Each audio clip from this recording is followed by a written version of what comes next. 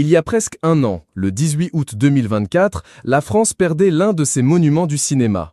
Ce jour-là, Alain Delon s'est éteint à l'âge de 88 ans, laissant derrière lui un patrimoine culturel et financier. Culturel pour le 7e art, puisqu'au cours de sa longue carrière, il a joué dans près de 80 films. Financier, car l'acteur possédait une grande fortune ainsi que des biens immobiliers. En guerre avant sa mort, son testament a ravivé les tensions entre ses 3 enfants, Anouchka, Alain Fabien et Anthony. En effet, avant qu'il ne perde la vie, il avait largement favorisé sa fille, avec qui il était très proche. Il l'a désignée comme seule héritière morale et lui a réservé la majeure partie de sa fortune ainsi qu'un appartement en Suisse.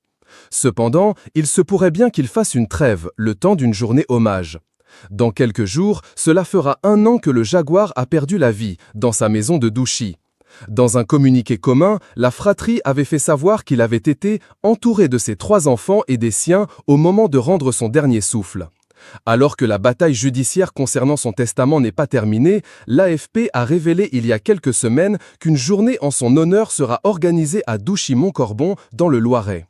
Comme l'a révélé Télémagazine, elle aura lieu en 2 temps.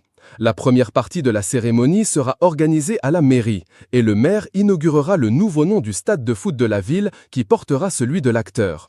Ensuite, la ville donne rendez-vous aux habitants vers 18 h pour la diffusion d'un documentaire inédit sur la vie d'Alain qui sera projeté dans la salle des fêtes de Montcorbon.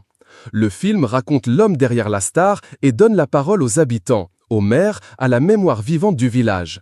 C'est une lettre d'amour à Delon, a expliqué la réalisatrice Ghislaine Graillet. Pour l'instant, la présence d'Anouchka, d'Alain Fabien et d'Anthony n'est pas confirmée. Pour ceux qui ne peuvent pas se rendre à Douchy, Paris Première adaptera son programme ce soir-là avec un film diffusé sur Ciné+ et un autre sur Action. Si vous n'y avez pas accès, vous pourrez retrouver une large sélection des œuvres de l'ex-mari de Nathalie Delon qui sera disponible à compter du 18 août.